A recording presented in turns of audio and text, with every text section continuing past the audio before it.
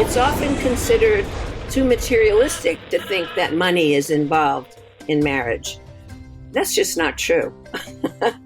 Money is part of finding a life partner, living with a life partner, and of course, love is as well. Hi, Journeyers. Welcome to an episode of the Journey to Launch podcast. This week, we are talking to two special guests. First up, we have Myra Strober. She's a labor economist and Professor Emerita at Stanford University. She was the founding director of the Stanford Center for Research on Women and the first chair of the National Council for Research on Women. Our next guest is Abby Davisson. She is a social innovation leader and career development expert. Most recently, she spent 9 years at global retailer Gap Inc., where she served as the president of the Gap Foundation. They co-wrote the book Money and Love, an intelligent roadmap for life's biggest decisions. And I'm really excited to talk with both of them. So welcome to the podcast. We're so glad to be here. Thank you. Well, thank you. Yes, thank you for coming together. And I can't wait to talk more about the contents of your book. One of the things you mentioned is like bringing it together, writing this book together. I'd love to hear how you guys met. I did read a little bit about it, but I think it's interesting if you share meeting and then the decision to write this book together. I don't know who wants to take that first. Well, I'll start with the course that I taught at the Stanford Business School for many years. And Abby was one of the students in that class. The class was called Work and Family.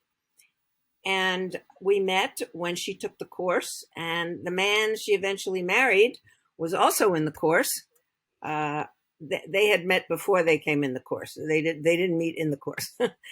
And they came back and talked as guest speakers for many years afterwards. And then Abby and I enjoyed having lunch every so often. And so one day we had lunch in Menlo Park. And Abby asked me if I was making progress on the book that I told her I wanted to write about the class, because by then I had stopped teaching. And I said, no, I hadn't made any progress. And she said, well, she thought I needed an accountability partner. And I looked at her and I said, I need a co-author. And right then and there, we violated all the rules in our book about making quick decisions. I asked her to be my co-author, and she agreed. And when I went to lunch with Myra, had no idea that this book would be one of the things that came out of it. But when I said, maybe you need an accountability partner, I wasn't just being cheeky. I had just spent several years getting the first employee resource group for parents and caregivers off the ground at Gap Inc. And I worked with a co-founder to do that, a working dad on the legal team at Gap. And I couldn't have done that without him. And I know how helpful it was for me. So that's why I made the suggestion. But as soon as Myra said, would you write this book with me? I immediately agreed, because I had been putting into practice all the lessons and the wisdom that I had absorbed in the class. And she mentioned my boyfriend at the time was in the class. We had built a life together based largely on a lot of the foundations we learned about good communication and transparency and having awkward conversations before you're comfortable. And I knew that this book would change so many more people's lives. I mean, I was very fortunate to attend Stanford Business School and get to take the class from Myra then, but I feel so strongly that this should not be the best kept secret of only those who are able to attend the elite institution and take this class with Myra at the time when she was teaching it. So we're so excited this book is out in the world and can help many more people. And what I love most about this is that this, like you said, it's proven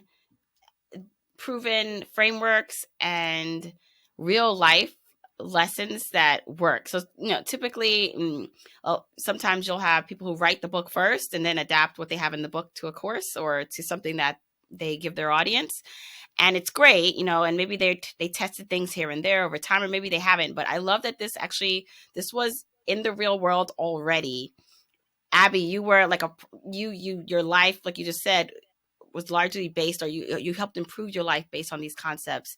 And so it just seems very like the natural next step would be to now put this in a form that can be more accessible to more people. So that's a great story. Now, let's go a little bit into what the book is about, more on, making these big decisions. Life is so complex. We have money running through every area of our lives, but we either don't talk about it often with the people that are closest to us, or even ourselves, right? Like, we just make these decisions without thinking through. Or, by the time we talk about it, it's a lot of emotions, and it's fully charged with energy that sometimes can be negative. So can you just explain a little bit about why we need to be more intentional and thoughtful about having these discussions and think through these decisions before you make them when it comes to money? Well, the first thing is that the conventional wisdom is that you should make love decisions with your heart and money decisions with your head, and never the twain shall meet.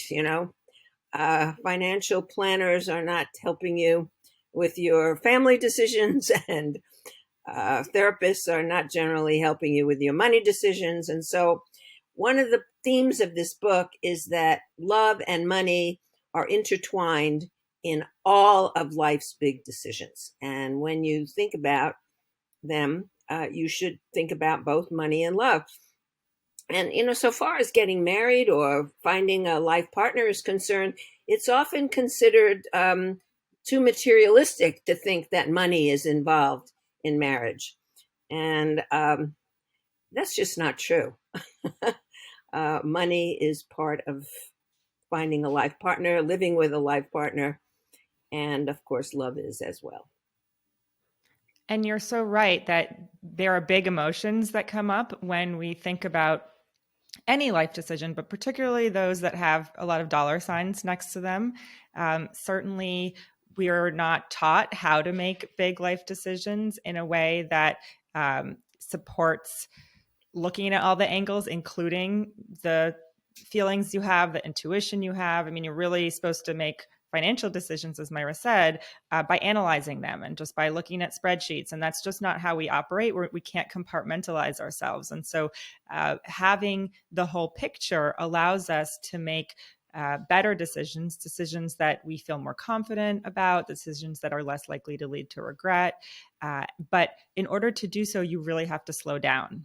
And when we are uncomfortable, humans don't like to sit in that discomfort, right? We want to get to the other side of a decision as quickly as possible. We don't want to linger in that in between time. And so often the instinct is just to rush to the other side and just kind of make a decision quickly and get it over with. But the truth is that when you slow down, you're better able to look at all sides of a decision. You're better able to follow what we lay out in our book as a framework. We call it the 5 C's. And that is what leads to better decisions that people feel more confident and more empowered by making. Now let's dig down a little more about what kind of decisions we're talking about. So the obvious one that comes to mind is, marrying someone, like the implications of that. But what other financial and life decisions are we talking about when we're referencing here? Well, a second decision is whether and when to have children and how many to have. And that is certainly both a love and a money decision, because having children these days is very expensive, not only in terms of dollars, but also in terms of time. So time intensity of parenting is a big topic these days. So whether to have children or not, and when and how many. Where to live,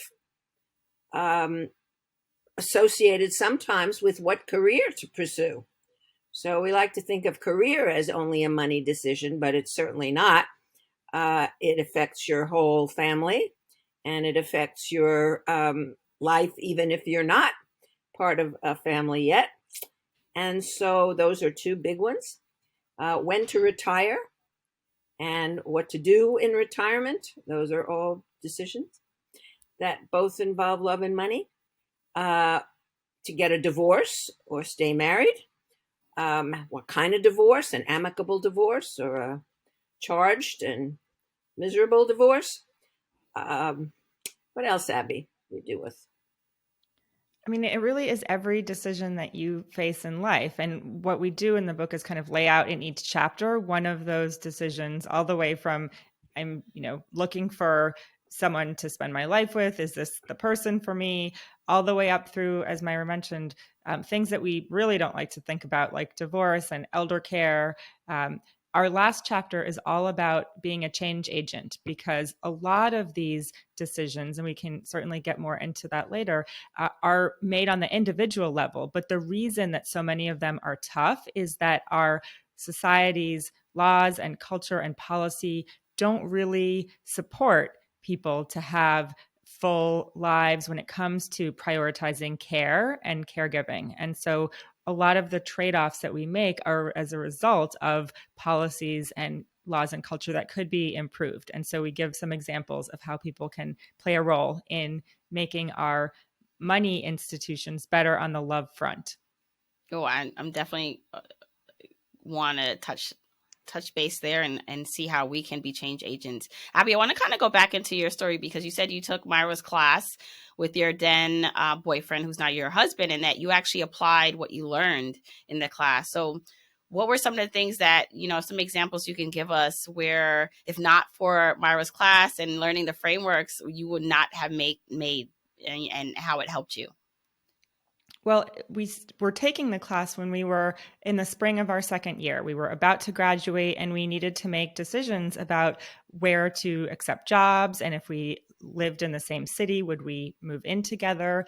And Myra had shared some data in the class, because she, as a labor economist, shared a lot of data about the fact that couples that live together before getting married have higher divorce rates. And we thought that was very counterintuitive and surprising, and certainly didn't want that to happen to us. And so for our final paper, we dug into that statistic, looked at the primary research, did some interviews with people we knew who had lived together before getting married, sometimes successfully, sometimes it led to a breakup, and then actually wrote what became our blueprint for how we would combine our lives and be intentional about what moving in together meant. And we did end up living together. We got married the following year and had 2 children. And as Myra mentioned, we would drive down we live in San Francisco, we would drive down to Palo Alto to speak in her class every year.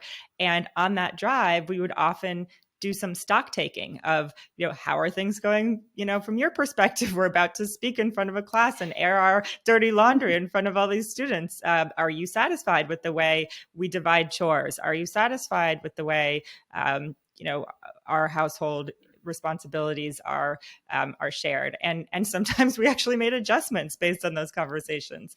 But that was one of the things that we learned about in Myra's class, just how many tasks are involved in running a household and caring for a family, and the fact that deciding how you're going to divide them up is a very critical part of making sure that you have a harmonious relationship, because those are often the things that sometimes seem small but end up causing big rifts in relationships. And so from the very beginning, we were very intentional about how we would divide those chores and things like where we would spend holidays. Both of our families at that point lived on separate coasts, and so we needed to make decisions about where we would spend Thanksgiving and how we would think through decisions like that. And Myra's class really helped us with those conversations. And when it comes to dating, it's like, because I'm married, and I've known my partner for a long time. We celebrated 10 years of marriage, but we dated for like 10 years before that. So we met in college, our freshman year. And so it's funny when you said about the whole living together, and we took a while. Like when we got engaged, that's when we moved in together. It was preparing to like buy our first house, and then expand our family. But would you say it's more important, because there's so many decisions, so many things that we could not have known when we met at 19 to talk about, but naturally came out as the years went on? And for people who have like a shorter time frame than even we did, right? We had a long kind of dating and courting period until we made the next move to marriage. Would you say it's more important to have someone be on the same page, and they have to necessarily, like, they have to agree to money decisions or think the way you think about life? Or is it more important or equally important to just have someone who's willing to compromise about those things? Because what I've realized is that while my husband and I have different viewpoints about certain things, we are both very amenable or considerate to each other, or at least I hope he thinks that way. I think he's that way, which has allowed us to kind of go through life and all the stages we've been through together. So, and I'm asking this for people who are dating and may say, well, I'm dating someone where I know they think differently about money, or they live somewhere else, or their parents are totally different than my parents. But is it more important to come together on those terms first, or is it that the person, is it more important that the person is open to the discussions about those things, if that makes sense? Well, Jamila, this is such an important question because it's impossible for two people to necessarily agree on everything. And as you're suggesting, what is most important is that you respect your partner's difference and you try to figure out ways to accommodate it. So, if one of you likes to go skiing and the other one likes the beach, you need to figure out how you're going to manage that.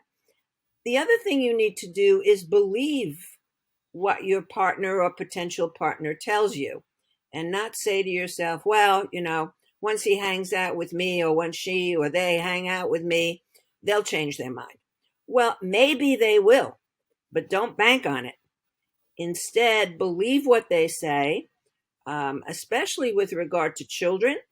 If somebody tells you they don't want to have children, don't say to yourself, oh, they'll change their mind. So the most important thing is the spirit in which you meet each other and talk to one another and are kind and gentle to one another. And if something blows up, you say, well, this looks too hot for right now. Let's continue our walk silently, and we'll take this up tomorrow. So you don't have to solve every problem today, but the spirit in which you meet with one another and care about one another is the most important thing. And recognizing that actually, if someone that you're with has a different outlook, particularly financially, that can be helpful. I mean, there are people who can be more thrifty, and if they're dating someone who is less thrifty, shall we say, then they can be kind of an important check and balance on that person's financial habits, as long as you say, they're willing to talk about it and both are willing to come to a point of compromise. The lesson of Myra's class that was so helpful for us is talk about these things before you feel ready, because these are conversations that you're tempted to push off, right? You're trying to make sure, someone likes you. You don't necessarily want to go there in terms of charged topics.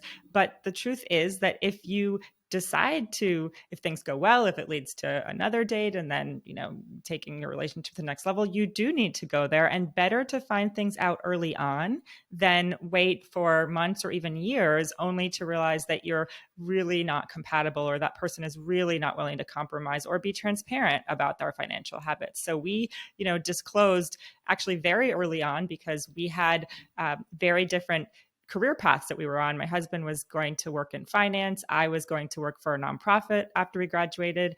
And we had to decide, is it fair? Should we pay the same amount for rent?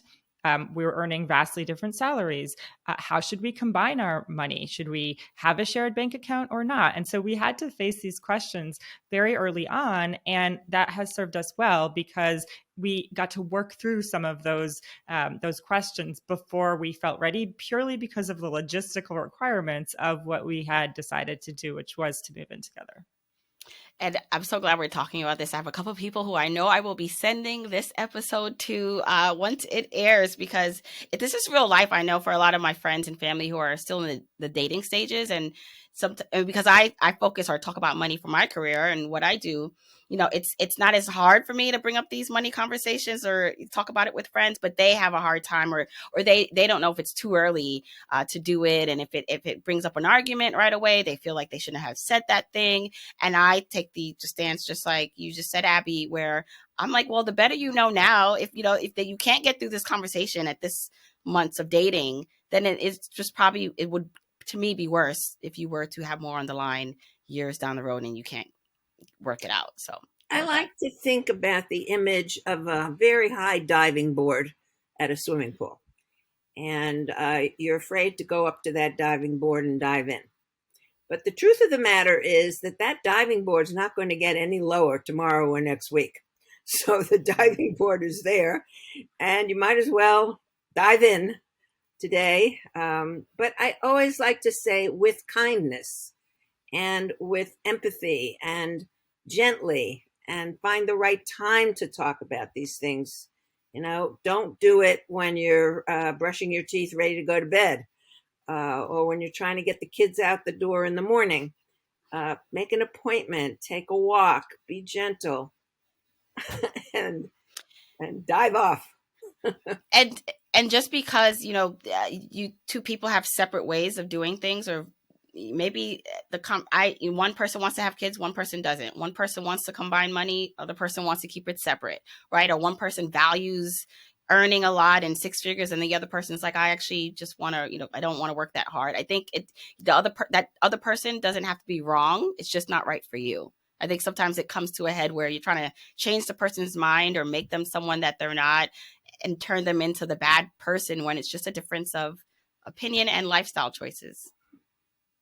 Totally. And if you decide that this is the person you want to be with, then it's not about proving them wrong. It's about kind of being on the same side of the table and saying, okay, well, say you want to work, multiple jobs or work all hours and I don't. How can we carve out a life despite those differences that feels meaningful and fulfilling to both of us? And so the problem becomes not what the other person wants to do, but how to create what you both want given your different viewpoints. And that's a really different way of approaching it than, no, I'm right, you're wrong, and so you need to change. Well, hopefully this leads us into the 5 C's, the framework that you talk about in the book. Can you just explain what that is and how we can make decisions using this framework thoughtfully? Sure. I can start, and then Myra can lead us home. And we'll touch on them briefly at a high level, and then we can kind of go deeper into maybe one of the C's for your listeners. But it's about slowing down. And one of the reasons we wanted to create a framework was because no two money and love decisions are the same, right?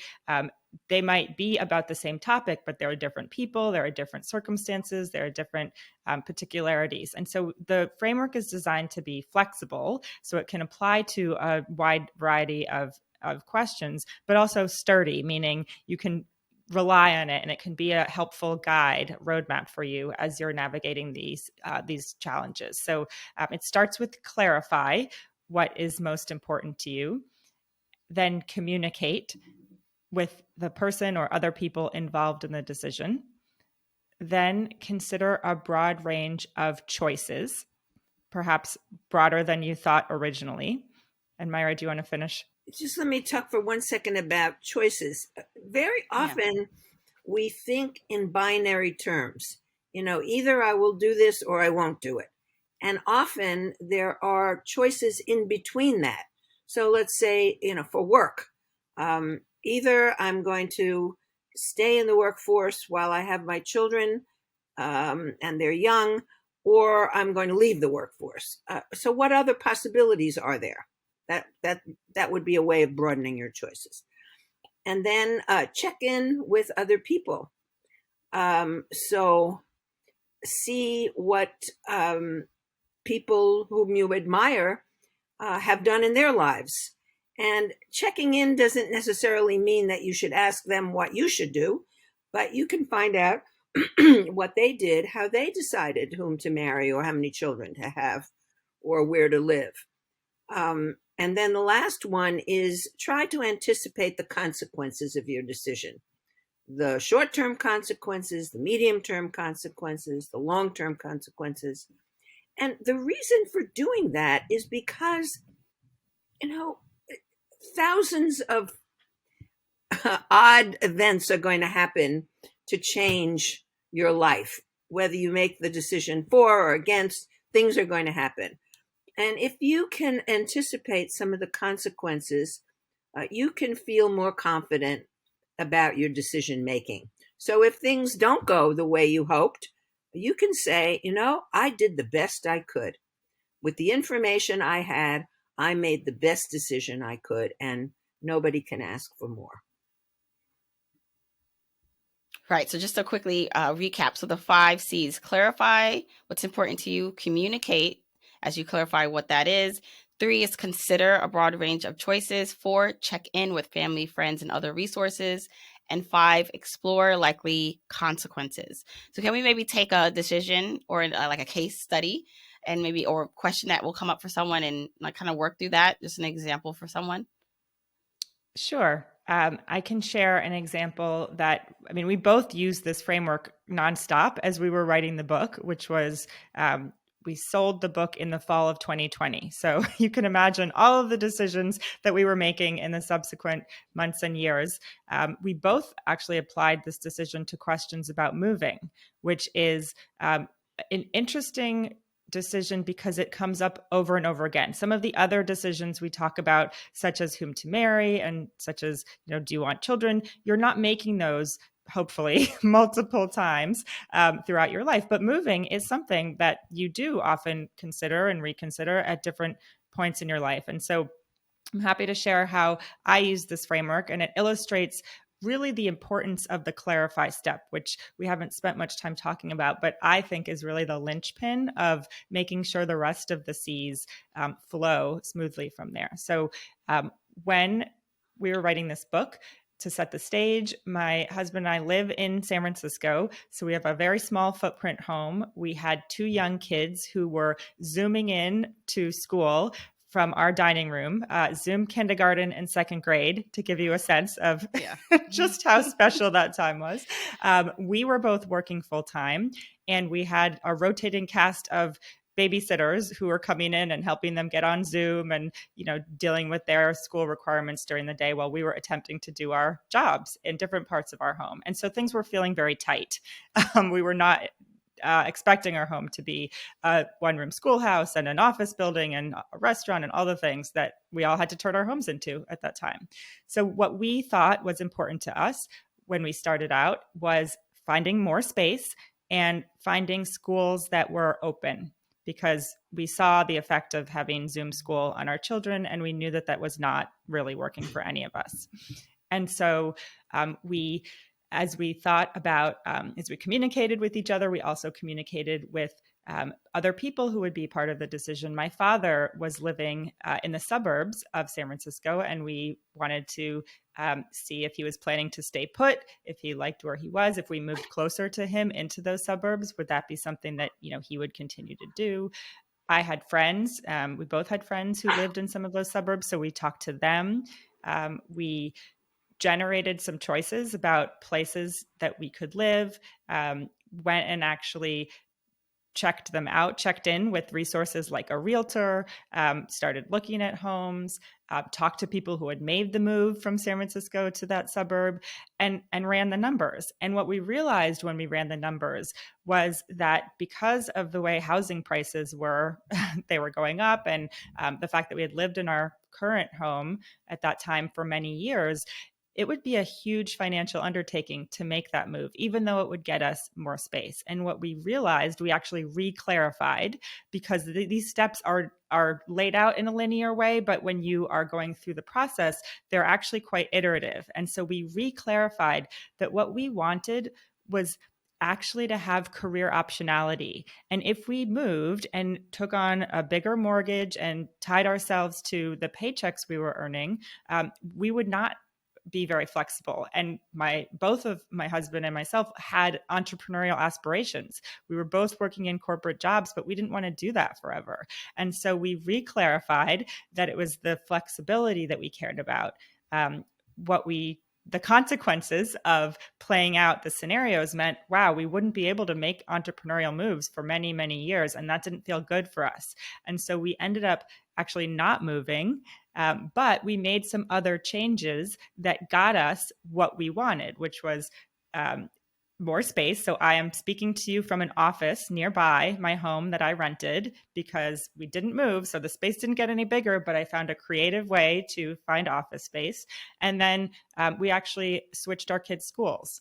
and found options for them that were more likely to be flexible and nimble in the face of, God forbid, another pandemic. And so that's the way that I applied the framework to my life. And even though nothing really on the surface changed in terms of where we lived, having gone through that process, we felt so much more at peace with the decision. The space didn't get any bigger, but it seemed better. And actually, there's some research that we discovered in the course of writing the book that I find so fascinating, which is that it is not about the square footage of your home that predicts family harmony. It's actually your perception of the space. And that is a much better predictor of family harmony and the peaceful relations within the family. And so that was really eye-opening research. When we talk about the check-in step, I quote that research all the time because sometimes we think that just having a bigger space will actually solve all our problems, and that's not the case. So I found that very soothing to me as I was going through the process. I just want to say I love how you applied that framework to that real life situation, because I know a lot of us experience that. I have 3 small kids, so it's going through the same thing. But there's, in general, I know housing is the biggest expense for a lot of people, whether that's mortgage or renting, and especially if you live in a high cost of areas, living space. So I live in New York City, and there's often times where I think about, well, I wonder what it would feel like to have a bigger home, and or what about, I'd love a pool, right? All these like decisions or thoughts that I think about, but really the perception. And this is where I think what you're doing with the framework is so important, because a lot of this takes mental and emotional energy to think through, but it's not like you have to really do anything other than maybe calling people and talking to people, right? But like a lot of it is internal, sitting down and really thinking through this stuff. And it's not really like you have to go and do, right? You don't necessarily have to go now buy the house, right? Like these are all the steps you do before that.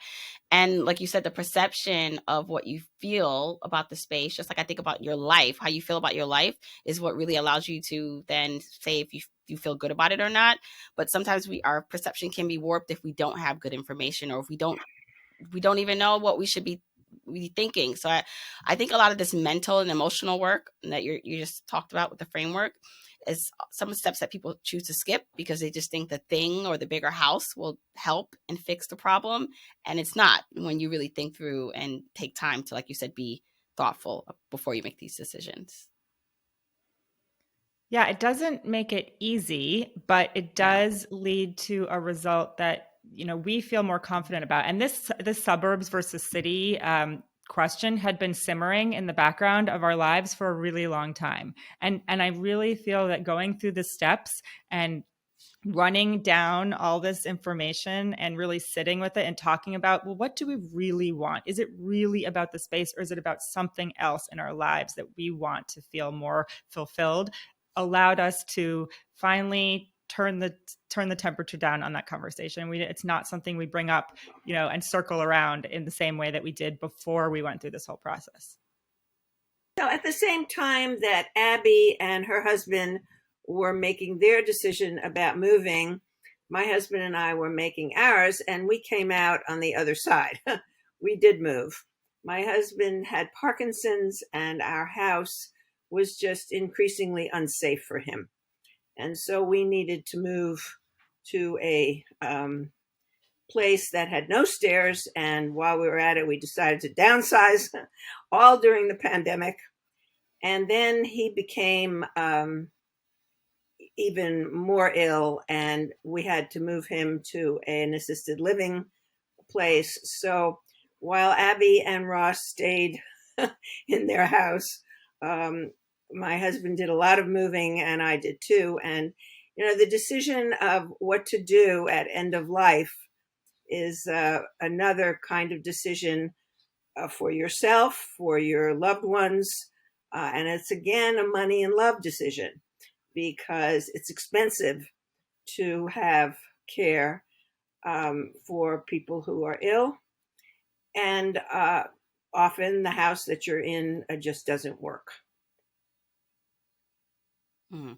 And one of the things too that based on just you both being in different like generations and then having different almost skill sets in the world, like so Myra as like a professor, and then Abby, you worked in corporate America or on the corporate side of things, and like you were able to actually not only apply it to your life, the decision making and the frameworks that you learned in Myra's class, but then like in your corporate career, is that like you see that it doesn't matter whether you're starting out dating, whether teens or in your 20s for someone, even 30s, right? Everyone can be dating and then looking for marriage at any age, but then looking for a career, or whether to stay in a career, retiring, right? Like when to retire, and then now as you get older, and even for me thinking about the older people in my family and their care, right? Like these are all like we're constantly needing to make these decisions that involve money, but that are bigger than money, that impact our quality of our life and our loved ones. So it's so important to really talk more about this stuff. Yeah, I would say to talk about it before you have to. I mean, my experience was Myra's class had a session on elder care and I took notes, but I kind of, my parents were in their 60s and healthy at the time. And I just thought, oh, I'm not going to worry about this for decades. And then as it turns out, my mother had an accident on what was supposed to be her last day of work before retirement and ended up in the hospital with brain swelling and bleeding and in intensive care. And I had to face these questions much earlier than I was anticipating. And that's, just the way life goes. But I actually got out my notes from the elder care class that Myra had taught. And now many of those, that information is in the chapter in our book about it. But I wish that we had talked about it when it was just a theoretical conversation before it was actually really pressing. And we had to make these decisions under circumstances where we weren't as clear-headed as we might have been otherwise, right? Where we were grieving the sudden change. And that would have been, so now I do very much practice that and try to have conversations. My mom has passed away, but my dad is still living in an independent living arm of his residence. And I really am trying to have conversations with him in the way that we advocate in the book, which is to tread lightly, right? These are very difficult conversations. He's a very independent person. And so I'm trying to navigate them as gently and as deftly as I can, while still, encouraging us to have some of those difficult conversations based on the experience we had with my mother. You talked earlier too about being a change agent. So a lot of the decisions we're making, we're making it because we're trying to better our lives, or we're moving forward in our own personal life with our partner or kids. But like you said, a lot of this is impacted by our society, by standards, by things that seem outside of our control. And like it's a bigger thing than we can help solve for everyone. So a lot of times we focus on just ourselves. So how can we be change agents or help contribute to change in a bigger conversation that will help our kids maybe one day, or our kids' kids? Well, my colleague Deb Meyerson has termed people tempered radicals. So these are people who want to make change from within, as opposed to demonstrating or throwing rocks or doing anything from without. And people want to stay within the company or the country or whatever and make change from within. And so you can be a change agent at your workplace. You can be a change agent, a tempered radical in your community. You can be a change agent or try making change in America's Congress. You can be a change agent for many different kinds of things. Both Abby and I have experience making change at our workplace. And no matter what kind of change you want to make, you need allies. Trying to do this alone is just an impossibility.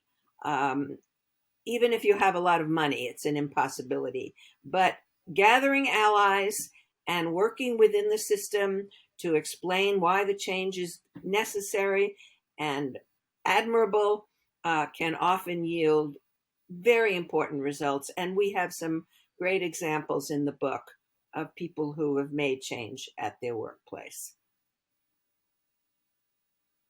Abby, I know that for you, before you left the Gap, you talked about starting an organization. Can you talk a little bit about how, like, what prompted you to do that?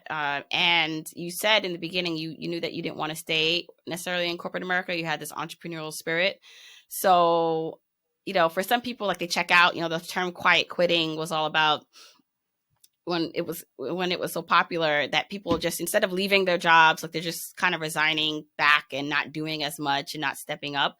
And not to say that you didn't like your job enough to do the work, but it seems like instead of just saying, well, this is the way things are, like, I'm just how some people or most people do, you decided to, like, do something about it. So what prompted you to create the organization? What gave you the energy to do it when you potentially thought you would not be there in 10 or 15 or how many years if you had an exit plan?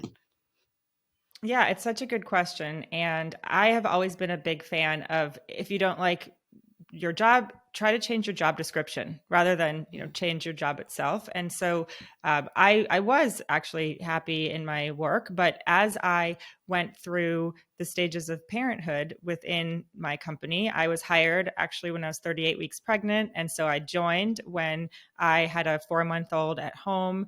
I knew that there were other working parents because the quiet rooms, we used to call, where women could go pump milk, were always booked. They were always busy. There were people coming to and from. And the company had actually recently invested in paid leave, reinvested, and was extending it to people who worked in stores and not just in the corporate headquarters. But there was no formal community for those people to come back to after they had children. And the statistic that I love to quote is that there were 2 babies born a day to someone who worked for the company. So there were a tremendous number. But we didn't have an intentional community. And I had known from taking Myra's class the power of having conversations about these personal topics alongside the professional ones. And I had worked for managers who were better able to support me because they saw the whole me, and not just kind of my kind of worker bee self.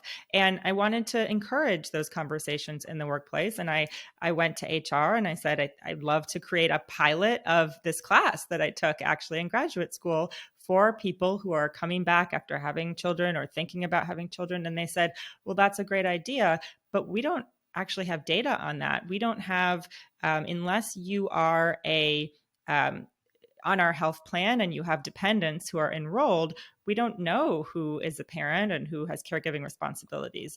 And I thought that was so fascinating because we knew so much about our customers, right? We knew like who was shopping at Old Navy and how many kids they had and all of the things about our customers' families. We did not know that about our own employees because we hadn't tracked it.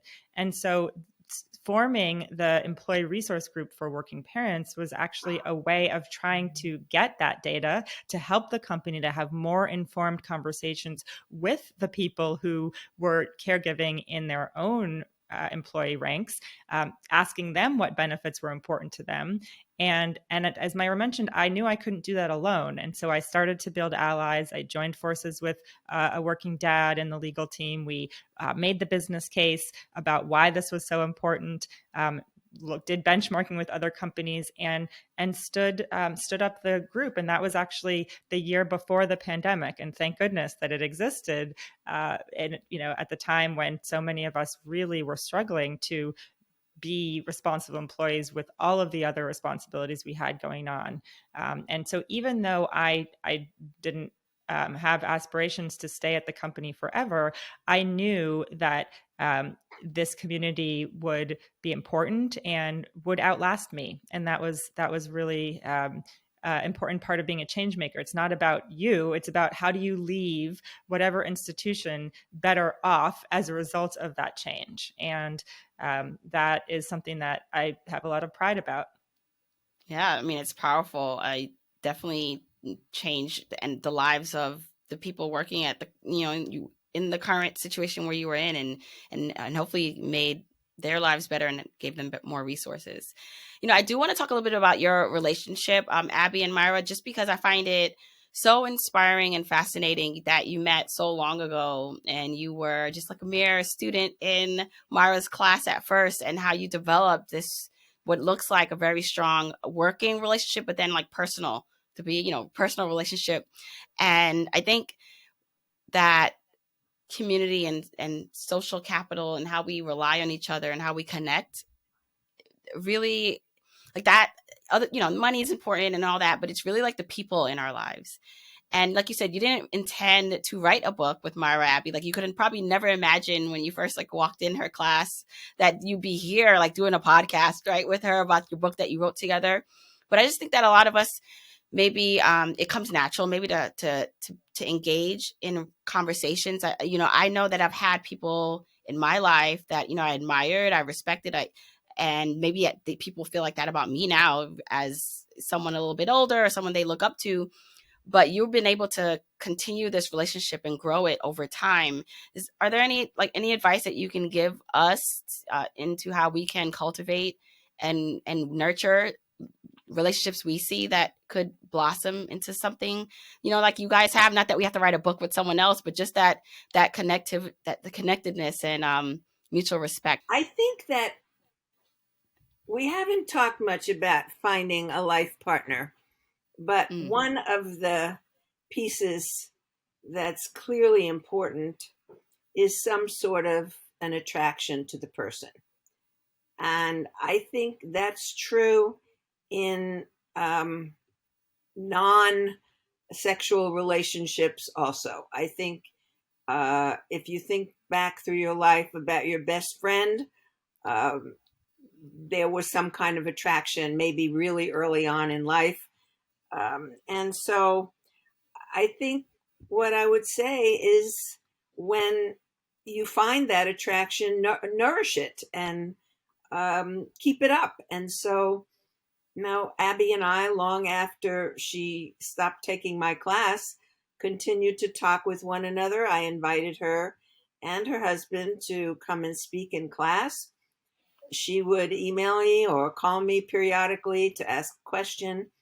And so we nurtured the relationship. And Abby, I wish you would say what you've talked about in the past about how this is family, but not family. I think that's great. Well, no, I mean, I say we have the benefit of all the, you know, closeness of family, but with none of the baggage because, you know, I don't have to say, oh, but when I was a teenager, you never let me do this, or, you know, it's like we have almost 40 years between us. I mean, certainly, and Myra's kids are actually older than I am. But what I knew very early on is that Myra just has so much wisdom. And I wanted to be able to absorb and benefit from that wisdom. And she was so generous with it, right? I never got the sense that she didn't have time to take a phone call or, you know, and she has PhD students who she advised, who she's still in touch with. I mean, there are just so many people in Myra's life who are lucky, as I am, to call her a mentor and a friend. And so I think that if you find someone like that, you do want to nurture it and invest in it, and be open to where it can take you. I mean, that was just the beauty of going down. Actually, remember so vividly the day that I had lunch with Myra, because I was had just started this employee resource group. I had to write an essay about why I did it, and I talked about her class. And so afterwards, I sent her an email and I said, you know, I don't think I ever told you this, but your class was the inspiration for why I wanted to start this group, and I'd love to reconnect. It had been a couple of years since she retired, so we hadn't been speaking in the class. And she said, well, come and have lunch. And it was just delightful. And, you know, I took the afternoon off. Like, I had a busy, we were all still back in the office that time, right? And so I had a busy day, but I said, I want to take PTO and go drive down and have lunch with her. And I think if both people are willing to make those investments, it goes a long way. And you don't ever know where they'll lead. And that was, I'm so grateful, and I feel so fortunate that we got to collaborate in this way and are continuing to collaborate.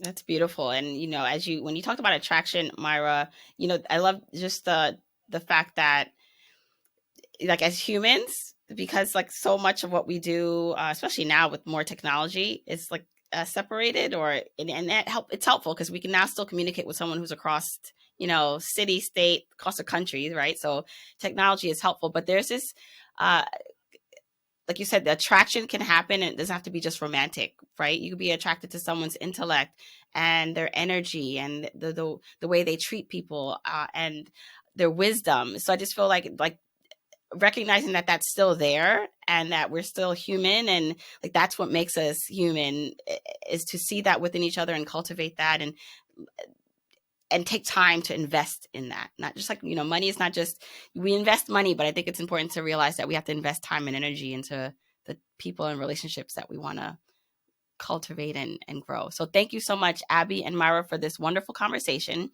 Where can people find more about you both, and then your book, your amazing book? So our book website is moneylovebook.com. That's where you can find out where else you can connect with us, and where you can buy the book. And we also have a fun quiz on what kind of money and love decision-making style you have, and how you can make decisions taking that style into account. So that's the best place to find us. Awesome. Thank you so much again. Thank you. Thank This was you. a great conversation. This was great.